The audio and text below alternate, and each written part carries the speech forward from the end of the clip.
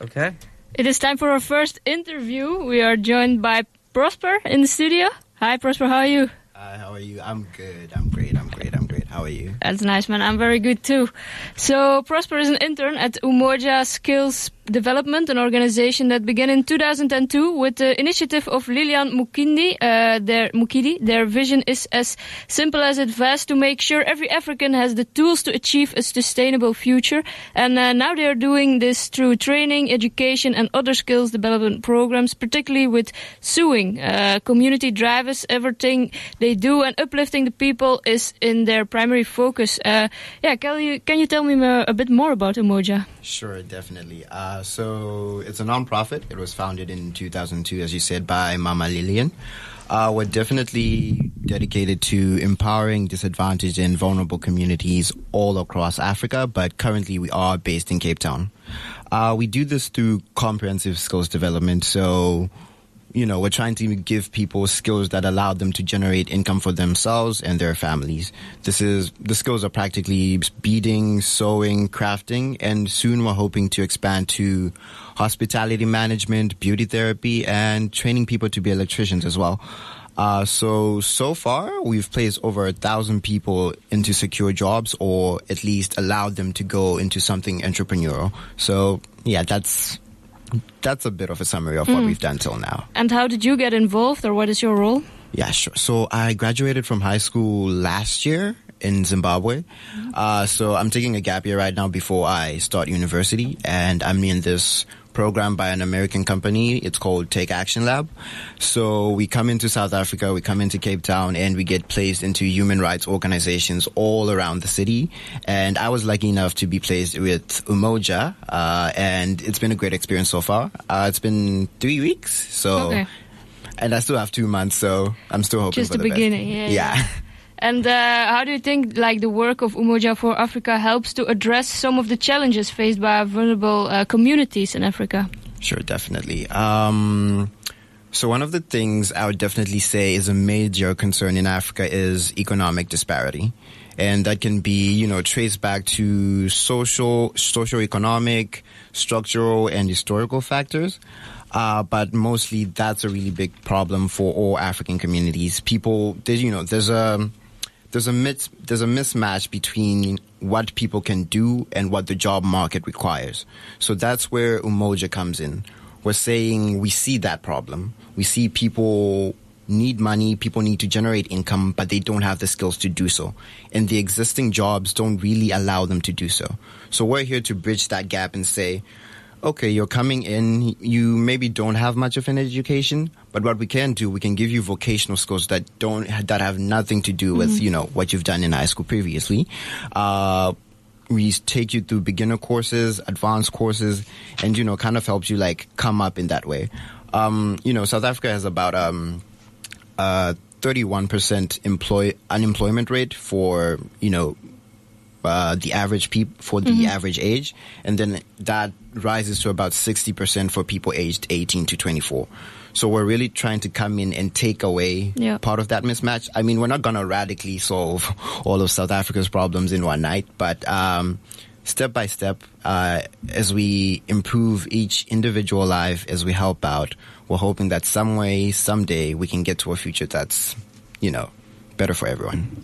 Okay, so when it comes to unemployment, by the way, Kusi, we met. Yeah. By the way, when it comes to, with unemployment, we've seen it in the continent with, for example, the country you're from, like Zim, right? It's one of the countries that is facing high unemployment. So is Umoja only in South Africa, or is it other parts of the continent?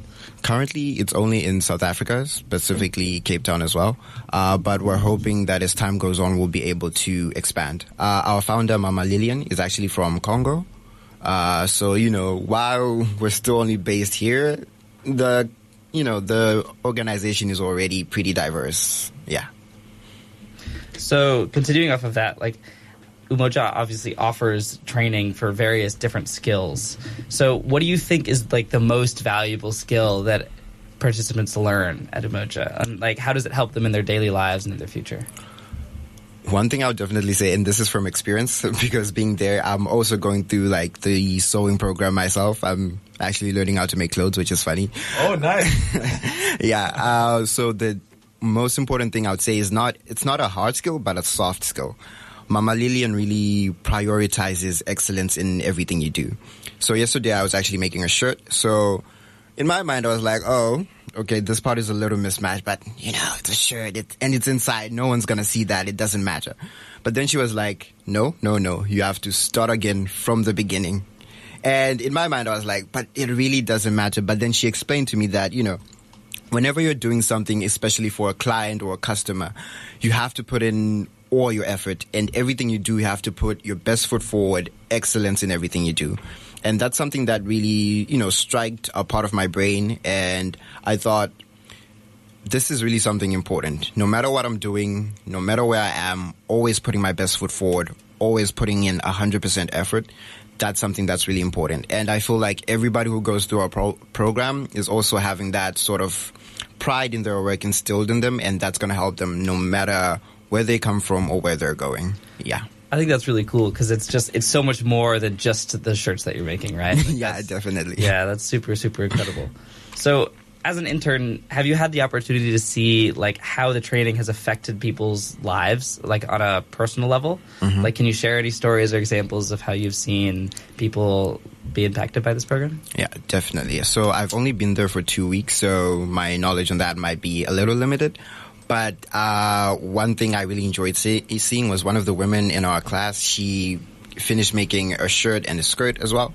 And just seeing the joy in her eye and taking pride in her work, being able to say, I made this from scratch, from cutting the material, joining it, to doing the actual sewing, the designs, everything I did it myself. And she was so happy. She had like a few tears and she was like, oh, I'm going to show this to my daughter. She's going to be so happy. That was something really amazing. And on a larger scale, one of the students, Oliver, he actually has his own clothing brand called Contagious Couture. You can find him on Instagram. He's kind of like blending streetwear, sportswear, and high fashion all together. So that's really cool seeing someone, I'm actively in a room with, we're both under the same machine making clothes, but he actually has started something so big. That's really cool. So if you just tuned in now, you're listening to Morning Cruise on Bush Radio 89.5 FM. I'm Camille, joined by Ryan and Kuzi, and we're interviewing now Prosper. He's an intern at Umoja Skills Development, an organization with the initiative of Lilian Mukidi, and their vision is to make sure every African has the tools to achieve a sustainable future. So what have you learned so far about the work Umoja does and how it impacts the community it serves? Have any of the organization goals or values particularly resonate with you? Definitely. So the name itself, Umoja, is Swahili for unity. And that's something I've seen throughout the organization in my 2 weeks there. A specific thing I would say is they really emphasize a sense of family, a sense of togetherness in everything we do. One of the most wonderful things I learned while there was Mama Lilian saw that while people are trying to come to trainings, they still have kids to take care of. They still have other responsibilities that they are unable to do. So from that, she was like, you know what? Daycares are pretty expensive in Cape Town. So let me start a daycare specifically for the people in the program. And she's charging a third of the average daycare cost in Cape Town. And that was something really wonderful to me. That sort of unity where she's not just here to say, oh, you learn how to sew and, I gave you what you came here for, go. But she's actively, and the whole organization is actively looking at existing problems and actively bringing solutions. So that sort of unity is one of the values that I've really resonated with since I've been there. To be honest with you, Ed, in my life, I always thought Umoja means cool. Umoja, yeah, sure. I didn't know it means unity. Okay, I'm learning something new. So now, coming back to you, obviously, the organization is doing amazing things that you guys are doing. What are some of since you've been there, what are some of the things that you've started identifying that, yes, we have unemployment, but what are the young people or South Africans are doing about it? Mm-hmm. Are they just going to sit around, look for jobs, or they're going to create employment? What are some of the things that you guys discovered at the organization that you saw okay, maybe if, South Africans can change attitude on this, something can happen. Yeah, definitely. So I guess I could say there's definitely a sense of helplessness that may be weighing over a lot of us. So at Umoja, we started Umoja X, which is an entrepreneurship program. We run it at Bertha House. So for a week, we take in aspiring entrepreneurs. We help them identify possible business opportunities, identify target markets, community, what communities they can help, where they can come in. And then we have actual industry professionals come in and, help them with their business plans, help them see potential opportunities, help them see potential challenges and how to overcome them. So last year, recently actually, we had the CEO of BSI South Africa come in, and he was with a bunch of the students and helping them, saying, you see this part, I think that's not going to work. How about you try this? Or, that's really excellent. Everybody should try to implement that. So we're definitely trying to help the younger generation understand that, they aren't helpless. There's definitely a lot of strength and a lot of power that they have that they can use to go through. And through Umoja X, the entrepreneurship course, we're hoping to really push that impact and help more people. And of course, they're learning a lot of practical skills, but what are also the changes on psychosocial and economic parts of people we are changing or learning? So definitely there's a ripple effect. Even if it's just an individual, there's going to be a ripple effect that affects the larger community as a whole. So we're definitely looking at 3 things. So that would be economic independence, poverty reduction, and community development. So in terms of economic independence, that would be saying now the individual doesn't have to rely on external aid or, struggling on their own. They now have the power to generate their own income. Maybe that's through making clothes for other people or getting employed by a company that makes clothes. That could be crafting, making things that they can use, that they can sell to tourists or something like that.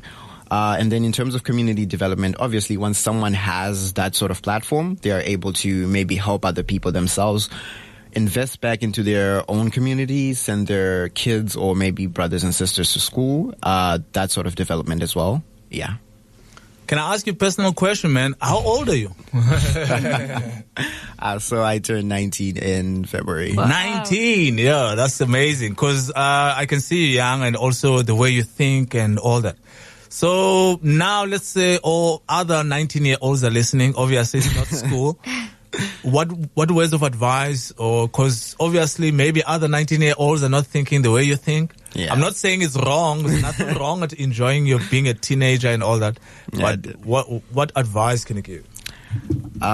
So to all the people my age there, I'll definitely, one piece of advice might be difficult, but if I had to, I definitely say, never be afraid of a challenge. Never be afraid of anything. That's something I recently discovered myself.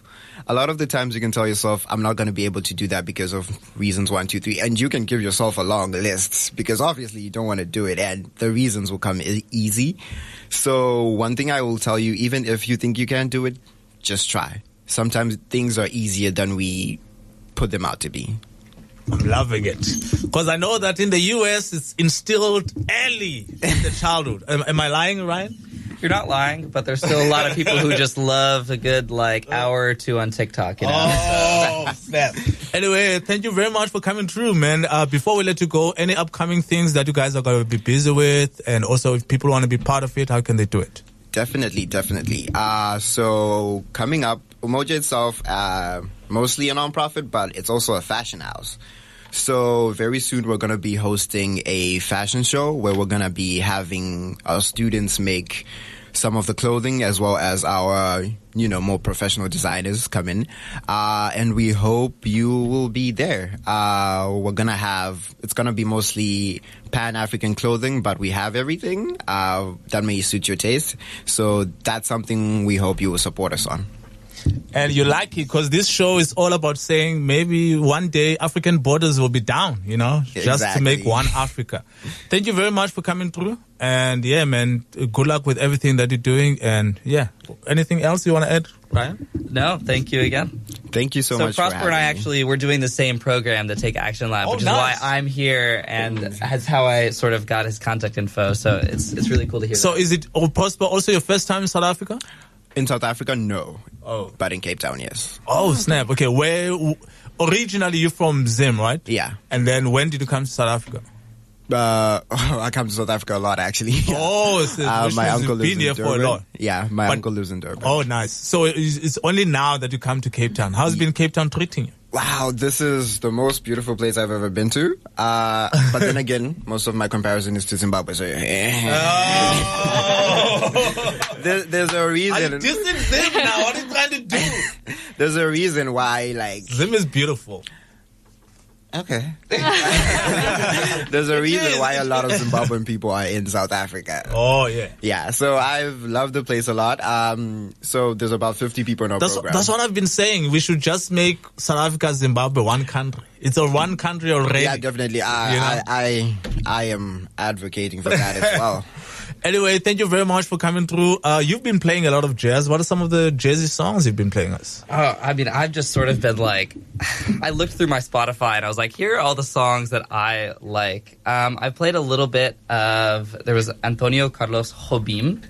It was a Portuguese guy in the 60s and 70s. And his music is just so cool. It's really, really like chill and slow, but it's not in a sad way. And I think that's really what I like. So you heard Triste by him. And then the classic Bossa Nova one of like Girl from Ipanema by Stan Getz. That's like the Bossa Nova song. And so up next, I think we might change it up a little bit. The Black Pumas, actually. It's a... It's not totally jazz, but it's very jazz inspired. There's these two super cool guys from Brooklyn, I'm pretty sure. So Did you see me dance though when we were playing which song were you playing again? oh yeah, sorry, that was Autumn in Amsterdam by Jazz Waves. It sounded like deep house. That's why I was jamming. I into love it. that song so much. I love that song so much. We should play it again sometime, not now, but sometime. What are you gonna play us now? Yeah, like I said, I'm gonna play us now some Black Pumas. This song is Colors. It's one of their more famous songs, and yeah, Black Pumas are awesome. Like I have their record on vinyl. So if you have just joined us now, you missed out an interview. We're speaking to Prosper, who's an intern at Umoja Skills Development, speaking to us about, making sure you who's tuning in now, maybe you don't have a skill, try to uplift yourself. It's all about empowering yourself. Isn't that the case, Prosper? Exactly. Yeah. Thank you very much for coming through, man. Thank you. Thank you so much for having me. Let's Puma it.